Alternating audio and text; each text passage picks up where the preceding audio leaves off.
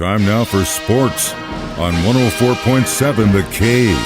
Here's Ned Reynolds. Mike, the intern, Ned Reynolds, in the studio on a Thursday morning. So, McCole Hardman back in a Chiefs uniform for the Chiefs. Not really surprised. Didn't do a whole lot for New York. And with Watson being out for a few weeks, kind of feels like they're going to maybe put him in that role for a little bit. What do you think?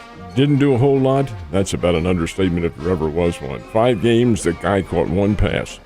That's it, 1 pass. He was targeted 3 times. Now that tells you something about, number 1, Hardman, and number 2, his obvious non-influence on the New York Jets system. That, to me, is very interesting. So why would the Chiefs want him back? Well, you just hit it right there. They need depth. And with Justin Watson, the University of Pennsylvania kid, out for a while, yeah, they do need somebody in there, and that's what he'll be, is depth. Hardman won't start.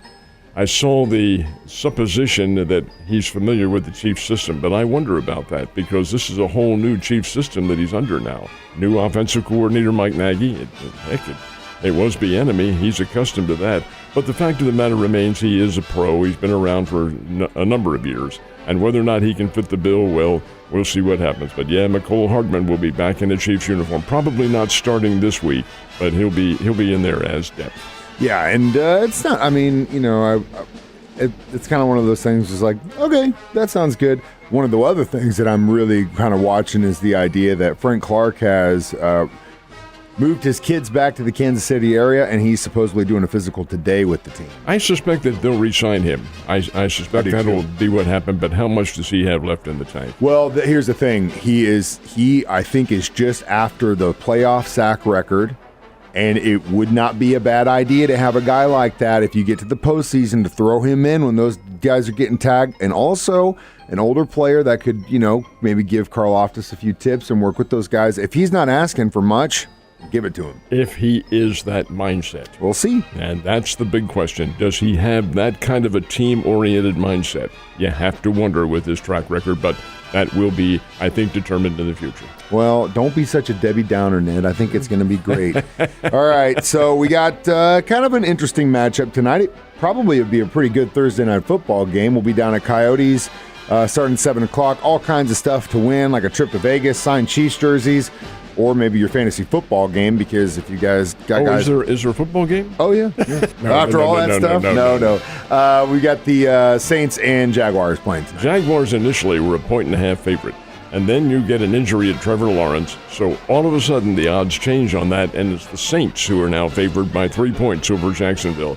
The Saints are good. I like Jacksonville. They're a much improved football team, and Trevor Lawrence probably will play. His injury was not that debilitating. It was a knee injury, that's true, and he sustained that last Sunday. But the fact is that on a Thursday night, hey, they're young, they can come back, and I like Jacksonville in this game. Being played in New Orleans at the Caesars Dome is what they call it now. Be a lot of fun, and like I said, we'll be at Coyotes. If you want to kick your weekend off early, come see us. I got a bunch of stuff to give away. Playoffs continue. We got the dub last night. The media is expressing big surprise that the Astros won the game. Folks, the Astros are the reigning World Series champions. Yes, they are an older team. They're pretty doggone good. Houston came back to knock off the Texas Rangers 8-5 last night, and that is Texas' first loss this year in the playoffs. That's pretty good, their first loss. They played well. 8-5, well, that speaks for itself. The debilitating factor for the Texas Rangers is that Max Scherzer, the future Hall of Famer and former Missouri Tiger, got the start, and he was not effective. First time in 37 days that he's pitched, he had a shoulder strain. And you wonder if that hadn't been affecting him, because he gave up 5 runs altogether for the Astros. One of them was a home run by Jose Altuve, and Houston went on to win the game 8-5. Texas did come back. They have a very good offensive baseball team, but not enough. So when you take a look at the recollection now, it's now the Texas Rangers, who are housed in Dallas, of course, in the lead 2-1. Another game coming up, and it will be this evening down in Texas. So we'll see what happens. It should be pretty interesting, and I wouldn't be surprised to see the Astros come roaring back.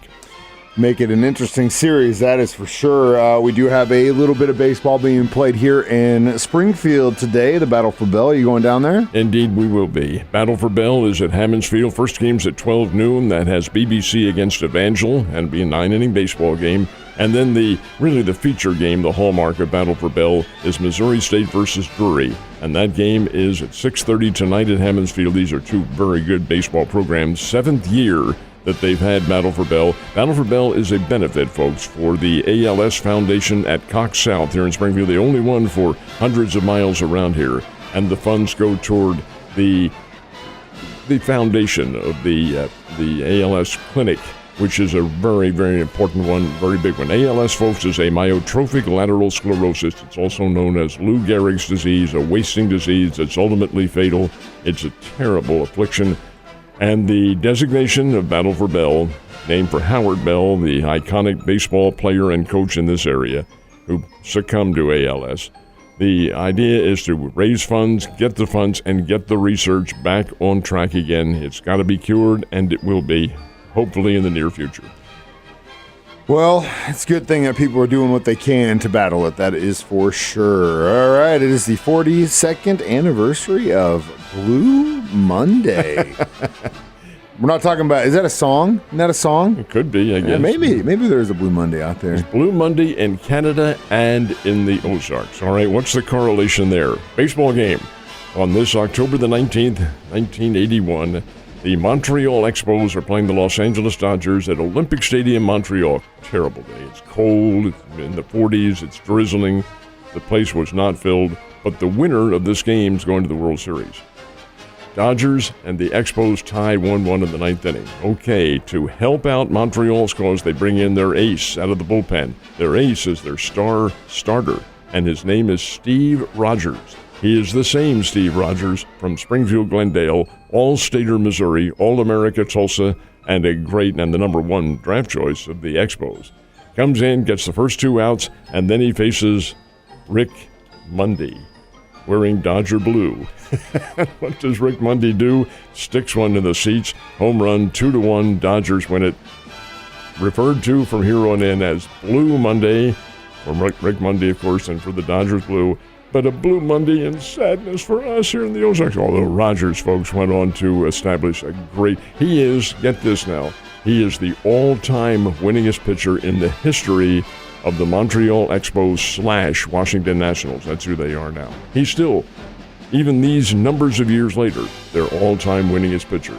That says something. Anyway, that was Blue Monday is how it's referred. I'm going to look up and see if there is a Blue Monday song out there and play it for you tomorrow. Ned, you have a great day. I'll see you on Friday.